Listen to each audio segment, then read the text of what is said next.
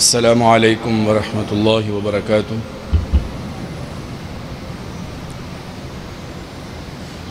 الحمد للہ رب العالمین،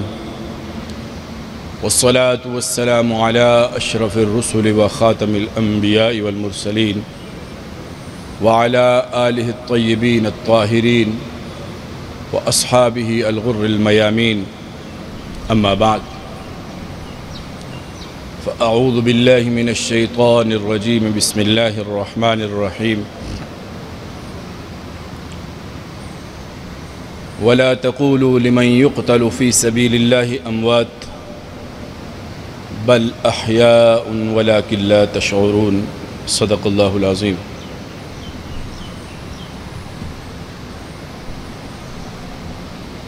قابل قدر سامعین محترم، ایک مسلمان کی حیثیت سے ہمارے ایمان کے بنیادی تقاضوں میں سے ایک اہم تقاضا یہ ہے کہ ہم اپنے محسن، اپنے رہبر، اپنے رہنما، اپنے آقا و مولا جناب نبی کریم صلی اللہ علیہ وسلم کے ساتھ دل و جان سے محبت کریں، اور یہ محبت ہمارے ایمان کی تکمیل اور کمال کی دلیل بھی ہے، جیسا کہ خود جناب نبی کریم صلی اللہ علیہ وسلم نے ارشاد فرمایا، لا یؤمن احدکم حتی اکون احب الیہ من والدہ وولدہ والناس اجمعین۔ تم میں سے کوئی شخص اس وقت تک کامل مومن نہیں ہو سکتا جب تک کہ آپ نے فرمایا کہ میں اس کو اس کی جان سے، اس کی اولاد سے، اس کے والدین سے اور ساری انسانیت سے زیادہ بڑھ کر محبوب نہ ہو جاؤں۔ اور اسی طرح سے رب کائنات نے قرآن مقدس میں بھی ارشاد فرمایا کہ اے میرے حبیب، ان سے فرما دیجئے کہ اگر تمہارے آبا، اگر تمہارے بھائی، تمہارے بیٹے، تمہارے خاندان، تمہارے قبیلے، تمہاری بیویاں، گھر والے اور وہ مال جو تم نے کمایا ہے، وہ اگر تمہیں اللہ اور اللہ کے رسول اور اللہ کے راستے میں جہاد سے زیادہ محبوب لگ رہا ہے تو فتربصوا حتی یأتی امر اللہ، تو پھر انتظار کرو کہ اللہ کی طرف سے تمہارے اوپر کوئی فیصلہ آ جائے۔ تمام مترجمین نے یہاں پر ترجمے میں یہی لفظ اختیار کیا ہے کہ انتظار کرو کہ اللہ کا عذاب تمہارے اوپر آئے۔ تو اللہ کے نبی کی محبت ساری محبتوں سے اوپر، ساری محبتوں سے آگے، اور پھر اس کریم آقا صلی اللہ علیہ وسلم نے ہمیں اتنے طریقے سکھائے ہیں اپنے آپ سے محبت کرنے کے کہ جن کو اختیار کر کے ہم اپنے آقا و مولا کے ساتھ محبت کا نہ صرف یہ کہ اظہار کر سکتے ہیں، بلکہ وہ سارے طریقے ہماری محبت کی دلیل بنتے ہیں۔ مثال کے طور پر آپ نے ارشاد فرمایا، من احب سنتی فقد احبنی ومن احبنی کان معی فی الجنہ۔ جس نے میری سنت کے ساتھ محبت کی اس نے گویا کہ میرے ساتھ محبت کی، اور جس نے میرے ساتھ محبت کی وہ جنت میں میرے ساتھ ہوگا۔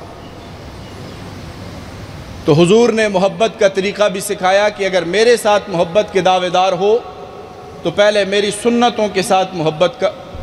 دم بھرو اور اختیار کرو، اس کے بعد میرے ساتھ محبت کا دعویٰ کرو۔ اسی طریقے سے جناب نبی کریم صلی اللہ علیہ وسلم نے اپنی اطاعت کو بھی اپنی محبت قرار دیا۔ محبت ایسی چیز نہیں ہے کہ جو صرف دعووں سے اور زبان سے کی جائے، بلکہ یہ ایسی چیز ہے کہ جو انسان کی ہر ادا سے، ہر عمل سے جھلکتی اور ٹپکتی نظر آتی ہے۔ کسی نے کیا خوب کہا تھا ٹپکتی ہے اداؤں سے برستی ہے نگاہوں سے، ٹپکتی ہے اداؤں سے برستی ہے نگاہوں سے، محبت کون کہتا ہے کہ پہچانی نہیں جاتی۔ بندہ دعویٰ کرے محبت کا تو اس دعوے سے پہلے وہ طریقے اختیار کر لے کہ جن کے ذریعے سے اس کے دعوے کو تقویت ملے اور سامنے والا اس دعوے کو ماننے کے لیے تیار ہو۔ آپ کے ساتھ محبت کا ایک طریقہ یہ بھی ہے کہ آپ کو کثرت سے یاد کیا جائے اور آپ پر کثرت سے درود و سلام پڑھا جائے۔ ہم اگر دعویٰ کرتے ہیں آپ کے ساتھ محبت کا اور درود و سلام کبھی نماز کے علاوہ ہمارے معمول میں نہیں ہے تو یہ بھی ایک ہماری محبت کے دعوے پر سوالیہ نشان ہے۔ اسی طریقے سے ایک اور طریقہ جناب نبی کریم صلی اللہ علیہ وسلم نے اپنی محبت کا سکھایا، جو آج کی گفتگو کا موضوع ہے، اور وہ کیا ہے؟ جناب نبی کریم صلی اللہ علیہ وسلم نے اپنے دونوں نواسے حضرت سیدنا امام حسن اور سیدنا امام حسین رضی اللہ تعالی عنہما کے بارے میں فرمایا، اللہم انی احبہما، اے اللہ میں ان دونوں سے محبت کرتا ہوں، فاحبہما، اے اللہ تو بھی ان کے ساتھ محبت کر، اور آگے فرمایا فاحب من یحبہما، اور اے اللہ تو اس کے ساتھ بھی محبت کر جو میرے ان دو نواسوں کے ساتھ محبت کرتا ہے۔ محرم الحرام کا مہینہ ہے، اسی نسبت سے اس موضوع کا انتخاب کیا ہے، لیکن اس موضوع کے انتخاب سے پہلے ہمارے دل و دماغ میں یہ تمہید ہونی چاہیے کہ ہم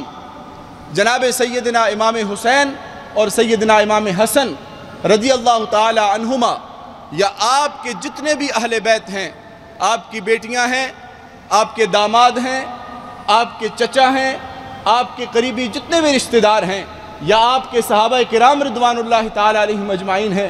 یہ تمام ہستیاں ہماری محبت کا مرکز، ہماری عقیدت کا محور ہیں، لیکن ہم ان کے ساتھ محبت کس لیے کرتے ہیں کہ دراصل ان کی محبت کو ایک وسیلے اور ذریعے کے طور پر اختیار کرتے ہوئے دراصل ہم نے پہنچنا ہے جناب نبی کریم صلی اللہ علیہ وسلم کی محبت تک۔ ہماری محبت کا مقصد اور ہدف دراصل سید کائنات صلی اللہ علیہ وسلم کی محبت ہے۔ اس کے لیے جو راستہ بھی ملے، چاہے وہ آپ کی اطاعت والا راستہ ہو، آپ کی سنتوں سے محبت والا راستہ ہو، آپ کی عطرت اور اہل بیت کے ساتھ محبت اور عقیدت والا راستہ ہو، آپ کے صحابہ سے محبت اور اتباع والا راستہ ہو، جو راستہ بھی ہمیں اس طرف لے کر جائے گا ہمیں اس راستے کو اختیار کرنا ہو۔ ہمارا مقصد اصلی کیا ہے کہ ہم نے کس کے ساتھ محبت کرنی ہے؟ جناب نبی کریم صلی اللہ علیہ وسلم کے ساتھ۔ لیکن اس ماہ مبارک کے اندر چونکہ ابھی چند روز پہلے سیدنا امام حسین رضی اللہ تعالیٰ عنہ کا یوم شہادت گزرا ہے، تو لہٰذا آج کی اس گفتگو میں ہماری گفتگو کا اغلب حصہ، زیادہ تر حصہ جناب سیدنا امام حسین رضی اللہ تعالیٰ عنہ کے فضائل، ان کے مناقب اور ان کے امتیازی شان کے اوپر مشتمل ہے کہ وہ کون سی خوبیاں تھیں، وہ کون سے فضائل تھے، وہ کون سے امتیازات تھے کہ جن کی بنیاد پر جناب نبی کریم صلی اللہ علیہ وسلم نے ان کی محبت کو اللہ کی محبت قرار دیا ہے، اور اللہ سے دعا کی ہے کہ اللہ جو اس سے محبت کرے گا اللہ تو اس سے محبت کرے۔ چنانچہ اگر ہم سیدنا امام حسین رضی اللہ تعالیٰ عنہ کی حیات طیبہ پر نظر دوڑاتے ہیں تو پہلے دن سے، ولادت کے دن سے ہی آپ کی امتیازی شان نکھر کر سامنے آ رہی ہے۔ آپ جب دنیا میں تشریف لاتے ہیں تو سب سے پہلی خبر آپ کی ولادت کی کس کو دی جا رہی ہے؟ آپ کے نانا جناب نبی کریم صلی اللہ علیہ وسلم کو دی جا رہی ہے۔ روایات میں آتا ہے کہ آپ اپنے گھر کی طرف تشریف لے جا رہے تھے کہ راستے میں یہ خوشخبری ملی کہ آپ کی سب سے لاڈلی بیٹی، آپ کی بیٹیوں میں سے سب سے لاڈلی بیٹی جو آپ کی دختر سب سے چھوٹی ہیں، سیدۃ نساء اہل الجنہ، جو جنت کی عورتوں کی سردار ہیں، سیدہ فاطمہ رضی اللہ تعالی عنہا، ان کے گھر میں اللہ تعالیٰ نے بیٹا دیا. آپ نے اپنا رخ انور گھر سے تبدیل کر کے اپنی دختر نیک اختر کی گھر کی طرف کر دیا اور سیدھے تشریف لے گئے اور جاتے ہی اپنے نواسے کا مطالبہ کیا کہ میرا جو بیٹا اللہ نے ہمیں دیا ہے وہ مجھے دکھایا جائے. اندازہ لگائیے امام حسین کی امتیازی شان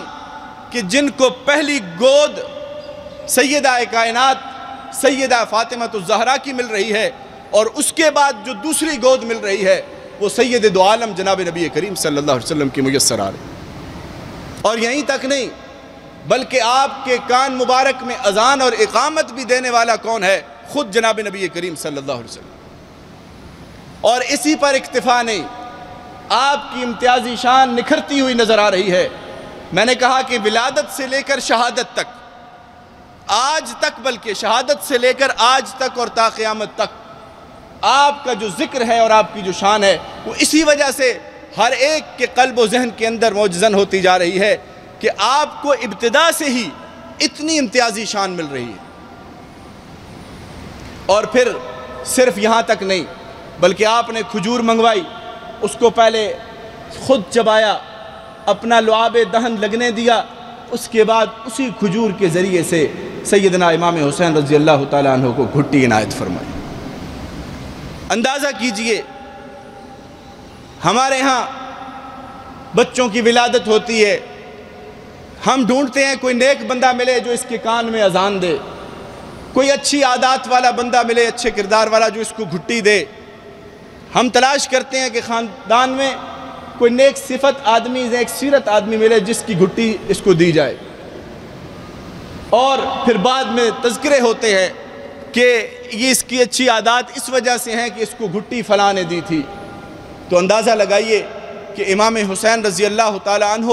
کی شان کتنی بلند ہے کہ ان کو گھٹی کس نے دی؟ جو سید دو عالم صلی اللہ علیہ وسلم خود ہے. اور اس کے بعد پھر پوچھا حضرت علی رضی اللہ تعالیٰ عنہ سے جو آپ کے لاڈلے داماد بھی ہیں اور چچا زاد بھی ہیں کہ اس کا نام کیا رکھا ہے بچے کا؟ تو آپ نے بتایا، ایک روایت میں آتا ہے کہ حرب نام بتایا اور ایک میں آتا ہے کہ جعفر نام بتایا، لیکن جناب نبی کریم صلی اللہ علیہ وسلم نے فرمایا میں نے اس کا نام حسین رکھا. مزید امتیازی شان سامنے آ رہی ہے کہ اٹھایا بھی حضور نے، اذان بھی حضور نے خود دی، گھٹی بھی خود دی، اس کے بعد نام بھی خود حضور اکرم صلی اللہ علیہ وسلم خود رکھ رہے. اور لکھا ہے مورخین نے کہ یہ نام اس سے پہلے موجود نہیں تھا. بعض مورخین کی یہ خیال ہے، ان کی یہ رائے ہے کہ حسین نام سب سے پہلے حضور اکرم صلی اللہ علیہ وسلم کے نواسے کا رکھا گیا ہے، ان سے پہلے کسی کا یہ نام نہیں تھا. یہ بعض مورخین کی یہ رائے. اتنا خوبصورت نام خود حضور اکرم صلی اللہ علیہ وسلم نے عنایت فرمایا. اور اس کے بعد جب 7واں دن آتا ہے تو عقیقے کی باری آتی ہے تو حضور اکرم صلی اللہ علیہ وسلم خود 2 بکریاں منگواتے ہیں اور اپنے ہاتھ سے عقیقے کے بکرے جو ہے وہ عقیقے میں ذبح کرتے ہیں. یہ اعزاز بھی امام حسین رضی اللہ تعالیٰ عنہ کے مقدر میں تھا. کسی کا عقیقہ چچا کرتا ہے، کسی کا عقیقہ ماما کرتا ہے، کسی کا عقیقہ والد اور والدہ کرتے ہیں. قربان جائیے امام حسین کے مقدر پر کہ آپ کا عقیقہ کیا تو سید دو عالم صلی اللہ علیہ وسلم نے. اور پھر اتنی محبت، اتنا پیار تھا، اتنا تعلق تھا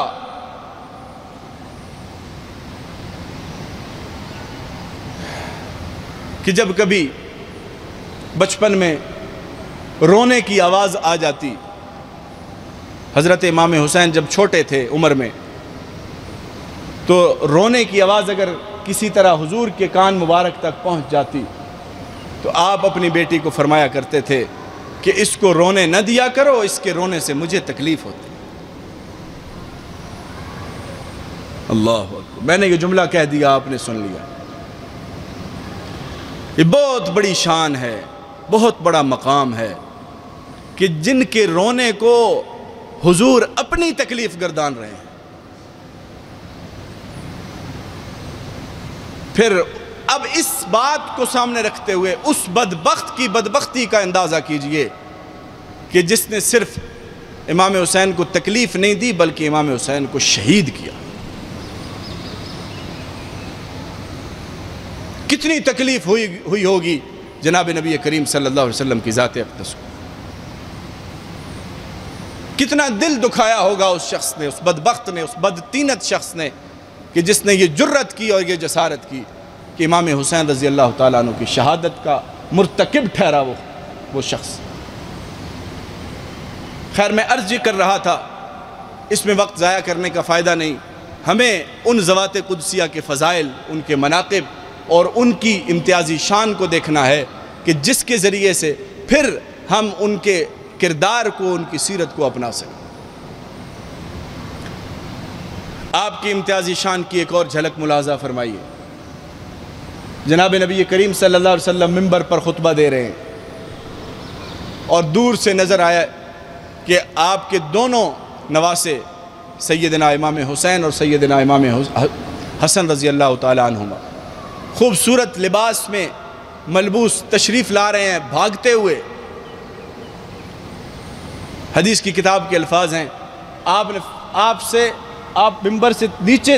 تشریف لائے اور جا کر دونوں کو اٹھایا اور پھر واپس منبر پر تشریف لائے اور پھر ارشاد فرمایا انما اموالکم و اولادکم فتنہ، اور اس کے بعد فرمایا کہ میں جب ان کو دیکھا تو مجھ سے صبر نہیں ہوا۔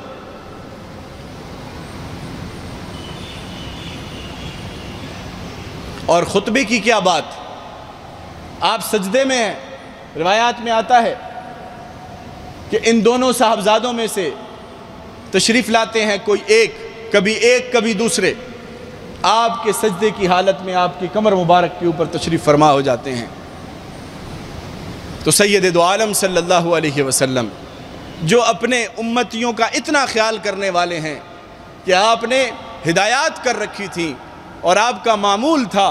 کہ جو اجتماعی اور بڑی نمازیں ہوتی تھیں ان میں اپنے مقتدیوں کے ضعف کا، ان کی کمزوری کا خیال کرتے ہوئے قرات بھی کم فرمایا کرتے تھے، اور اس اعتبار سے کہ آپ کی جو جماعت کی نمازیں ہوتی تھیں وہ آپ کی تنہائی والی نمازوں سے بہت مختصر اور اخف ہوا کرتی تھی۔ آپ کی لمبی نمازیں انفرادی ہوتی تھیں، لیکن جب یہ دو شہزادے یا ان میں سے کوئی ایک آپ کی کمر مبارک پر تشریف فرما ہو جاتے تھے تو آپ اپنے سجدے کو لمبا کر لیا کرتے تھے۔ اور پھر روایات کے الفاظ ہیں کہ جب ایک حد سے زیادہ وقت گزرتا تو بڑے ہی پیار سے اپنے دست مبارک سے ان صاحبزادوں کو اتارتے، نیچے رکھتے اور پھر سجدے سے اٹھتے تھے، اور پھر فرمایا کرتے تھے ہما ریحانتای من الدنیا، یہ دونوں میرے پھول ہیں، پھول۔ یہ حدیث کے الفاظ ہیں، صحیح حدیث کے الفاظ۔ آپ نے اپنے ان دونوں شہزادوں کو اپنا پھول قرار دیا کہ یہ میرے پھول ہیں۔ اور جب نماز سے آپ فارغ ہوتے تو اس کے بعد ایک شہزادے کو اپنی دائیں ران پر اور دوسرے شہزادے کو اپنی بائیں ران پر بٹھا لیتے۔ اندازہ لگاتے جائیے ان ہستیوں کے مقدر کا اور ان کی شان کا اور ان کی منقبت کا، کہ جن کے نام سے لے کر، جن کی گھٹی سے لے کر، عقیقے سے لے کر پرورش بھی جن کو ملی ہے تو بارگاہ رسالت کے اندر ملی، جن کی نشو نما ہوئی ہے تو حضور کی خدمت میں رہتے ہوئے ہوئی ہے، اور صرف خدمت میں نہیں، آپ کی ران مبارک پر بیٹھ کر سجدے میں کبھی آپ کے اوپر اور کبھی آپ کے ساتھ، منبر پر آپ کے ساتھ، اتنی سعادتیں اور اتنی فضیلتیں اور اتنے مناقب عطا ہوئے ان ہستیوں۔ اسی وجہ سے پھر اس سے بڑھ کر اور کیا بات، میں نے شروع میں بھی عرض کیا، وہ حدیث دوبارہ سناتا ہوں کہ اللہ کے نبی دعا فرمایا کرتے تھے، اللہ میں ان سے محبت کرتا ہوں، تو بھی ان سے محبت فرما، اور جو ان سے محبت کرے تو اس سے بھی محبت فرما۔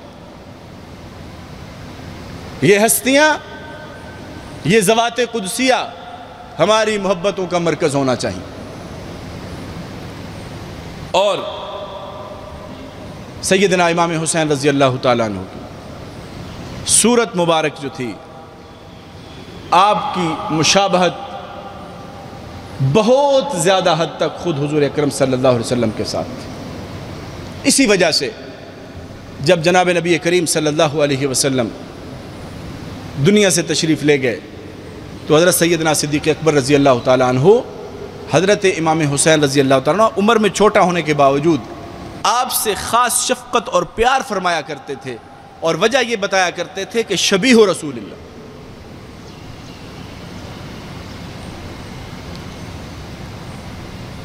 یہ اللہ کے رسول کے ساتھ ان کی مشابہت ہے۔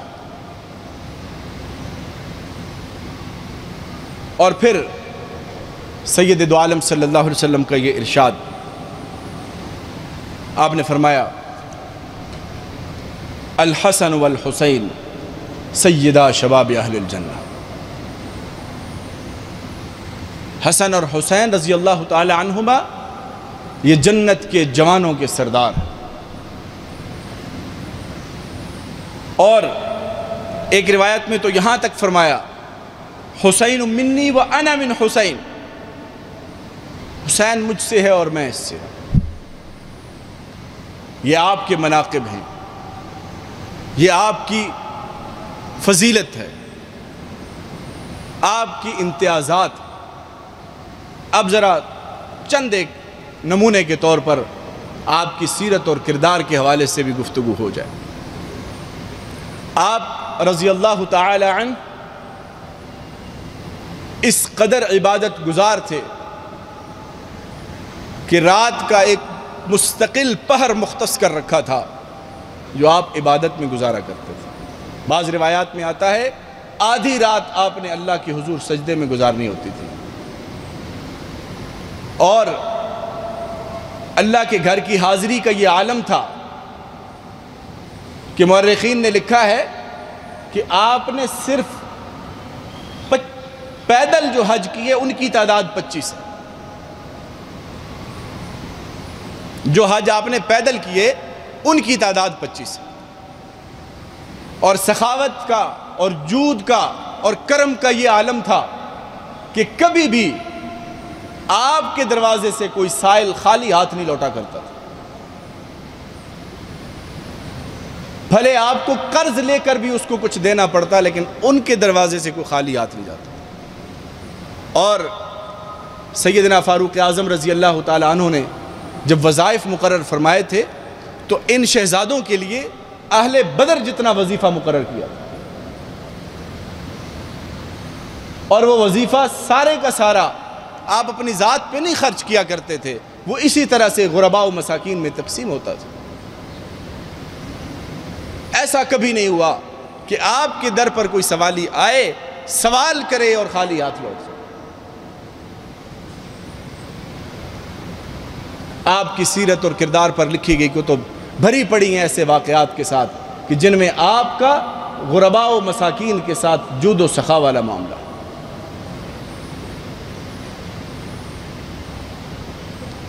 ایک دفعہ آپ کہیں تشریف لے جا رہے تھے، راستے میں دیکھا کہ کچھ لوگ کھانا کھا رہے ہیں اور ان کے پاس کھانا کوئی اچھا کھانا موجود نہیں تھا، صرف روٹیاں تھیں اور وہ پانی میں بھگو کر کھا رہے تھے۔ تو آپ نے وہیں پر وقوف فرمایا تھوڑی دیر کے لیے، اور انہوں نے جب آپ کو دعوت دی تو آپ نے ان کی دعوت کو قبول فرمایا۔ قبول فرمانے کے بعد تھوڑا بہت ان کے ساتھ کھا لینے کے بعد فرمایا کہ آپ نے مجھے دعوت دی، اب میں نے قبول کی، اب میں آپ کو دعوت دے رہا ہوں، آپ بھی میری دعوت کو قبول فرمائیں۔ اور اس کے بعد اپنے خادمز کے ذریعے سے گھر سے اچھا کھانا منگوا کے ان کو پیش کیا، اور وہاں رکنے کا سبب بھی یہ تھا کہ کسی طریقے سے ان کی عزت نفس بھی محفوظ رہے اور ان کو میں کچھ دے بھی دوں۔ روایت کے اندر آتا ہے ایک بار آپ کے ہاں گھر کے اندر جو ہے وہ روزہ تھا سب کا، عین افطاری کے وقت دروازے پر کسی نے سوال کر دیا، کسی بھوکے آدمی نے سوال کیا کہ مجھے بھوک لگی ہے۔ تو پھر حضرت سیدنا علی رضی اللہ تعالیٰ عنہ نے اپنے بڑے صاحبزادے حضرت حسن رضی اللہ تعالیٰ عنہ کو فرمایا کہ بیٹا، یہ جو میرے آگے میرے حصے کا کھانا پڑا ہے، جاؤ یہ سوالی کو دے۔ آپ لے کر جانے لگے تو خود سوال کیا کہ ابا جان اگر اجازت ہو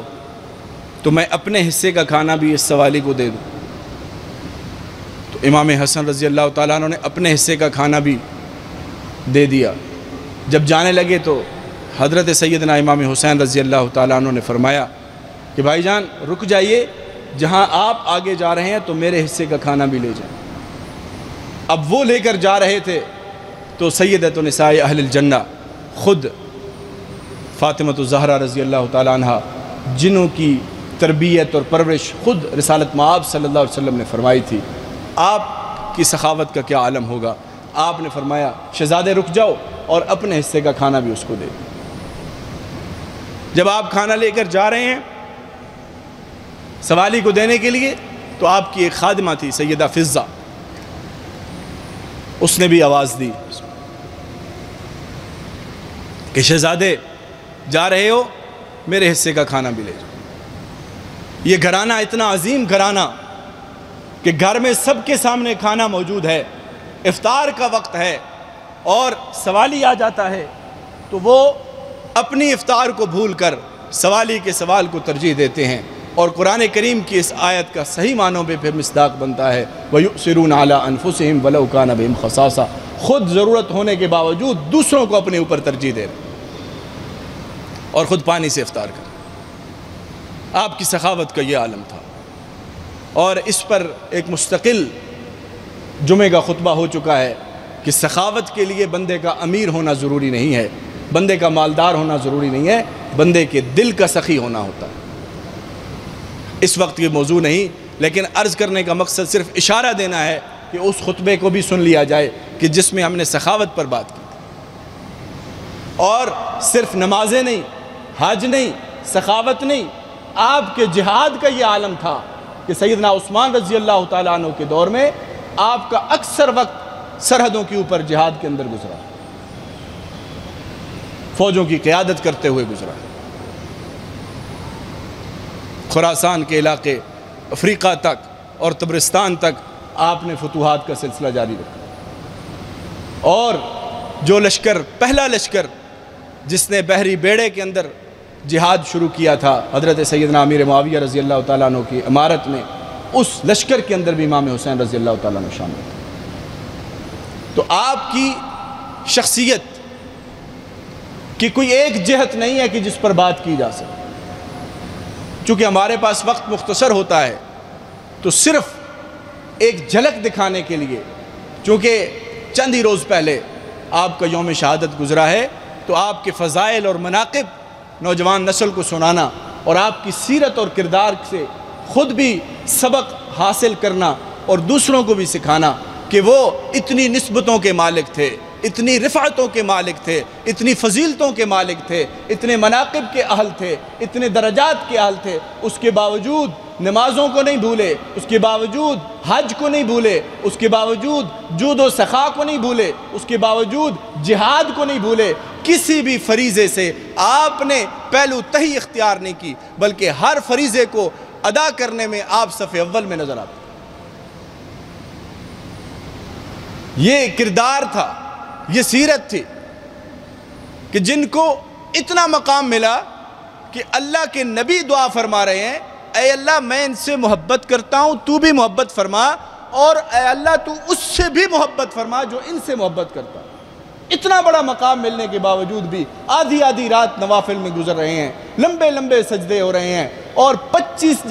حج پیدل کیے جا رہے ہیں، یہ روایات کے اندر موجود ہے. اور جہاد کے اندر آپ مصروف عمل ہیں، اور صدقہ و خیرات میں آپ سابقون بالخیرات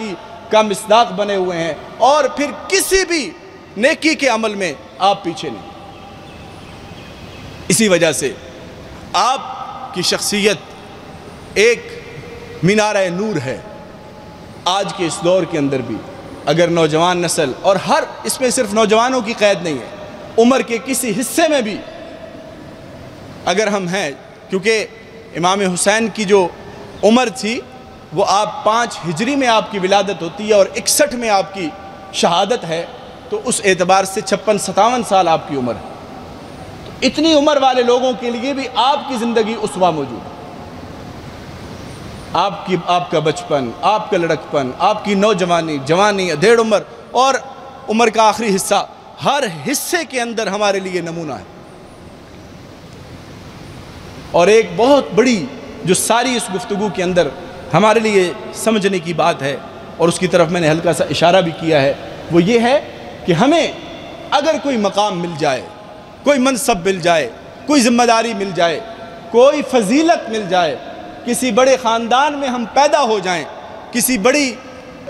شخصیت کے ساتھ ہماری نسبت ہو جائے، تعلق ہو جائے، تو اس نسبت کے اوپر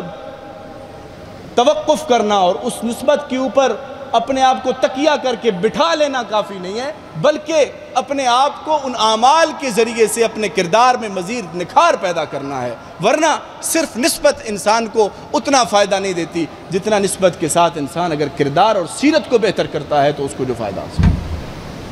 سامعین محترم، یہ ایسی ہستیاں ہیں کہ جن پر گفتگو کرتے کرتے انسان تھک جاتا ہے، لیکن ان کی زندگی کی، ان کی حیات طیبہ کی کسی ایک پہلو کا بھی احاطہ کیا، اس کا ایک کنارہ بھی کسی درجے میں بھی کور نہیں ہوتا، بس صرف اشارتاً اور نمونے کے طور پر چند ایک باتیں اور آپ کے ذکر کے ذریعے سے اپنا نام بھی آپ کے ذکر کرنے والوں میں اور آپ کے ساتھ محبت کرنے والوں میں لکھوانے کی نیت سے آج کے اس موضوع کا انتخاب کیا تھا۔ اللہ کریم سے دعا ہے کہ اللہ کریم ان ذوات قدسیہ کا ہمیں صحیح معنوں میں احترام اور عزت اور ان کا اعزاز کرنے کی ہمیں توفیق نصیب فرمائے، ان کی سچی محبت اور عقیدت ہمارے دلوں کے اندر جاگزین فرمائے، اور ان کی صحیح معنوں میں ہمیں اطاعت کرنے کی توفیق نصیب فرمائے۔ اقول قولی ھذا استغفر اللہ لی ولکم ولسائر المسلمین واستغفروہ انہ هو الغفور الرحیم۔ الحمد للہ تفرد سبحانہ بصفات الکمال خالق الجبال ومحصي الأعمال، أحمده جل شانه وأشكره على نعمه العظيمة ونسأله حسن المآل، وأشهد أن لا إله إلا الله وحده لا شريك له، ونشهد أن سيدنا ومولانا محمدا عبده ورسوله. أما بعد، فيا معشر المسلمين، حديثنا اليوم عن ريحانة رسول الله صلى الله عليه وسلم الحسين بن علي رضي الله تعالى عنه. فكان الإمام الحسين رضي الله عنه سيدا وسيما جميلا فصيحا عالما عاقلا رزينا محتشما جوادا كريما كثير الخير دينا ورعا كبير الشأن عظيم القدر، يشبه بخلقته جده رسول الله صلى الله عليه وسلم. فعن علي رضي الله تعالى عنه أنه قال: الحسين أشبه برسول الله صلى الله عليه وسلم من صدره إلى قدميه، رواه أحمد والترمذي رحمهم الله. وكان عالما مبجلا وسيدا معزما محترما يجله الناس وكبراء أصحاب النبي صلى الله عليه وسلم، ويعرفون ما للحسين من قدر ومقام، كيف لا وهو كريم الأصل شريف النسب ذا مرتبة عالية ورفعة بالغة، تعلم وسمع من جده الرسول عليه الصلاة والسلام. نعم، إنه سيدنا وابن نبينا، نحبه ونتولاه، ونعتقد أن حبه رضي الله عنه وعن أبيه من أوثق عرى الإيمان وأعظم ما يتقرب به إلى الرحمن، مصداقا لقول جده صلى الله عليه وسلم: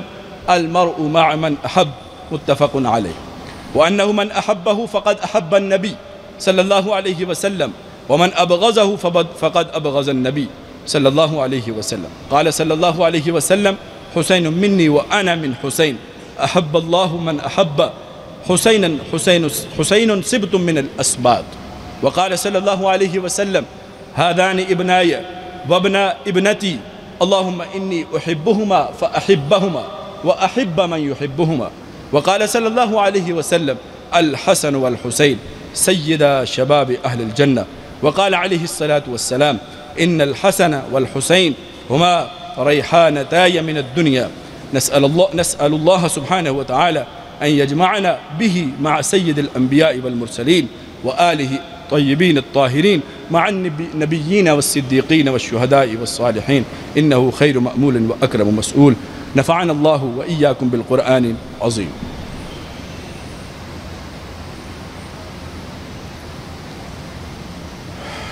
إن الحمد لله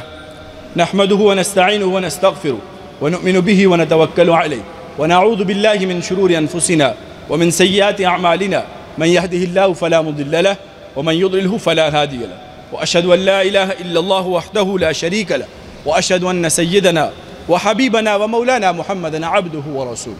أما بعد فأعوذ بالله من الشيطان الرجيم بسم الله الرحمن الرحيم إن الله وملائكته يصلون على النبي يا أيها الذين آمنوا صلوا عليه وسلموا تسليما اللهم صل على سيدنا ومولانا محمد وعلى آل سيدنا ومولانا محمد وأصحاب سيدنا ومولانا محمد بعدد من صلى وصام وبعدد من قعد وقام وصل كذلك على جميع الأنبياء والمرسلين وعلى الملائكة المقربين وعلى الصحابة رضوان الله تعالى عليهم أجمعين خصوصا على الخلفاء الراشدين المهديين أبي بكر وعمر وعثمان وعلي رضي الله تعالى عنهم أجمعين اللهم اغفر للمؤمنين والمؤمنات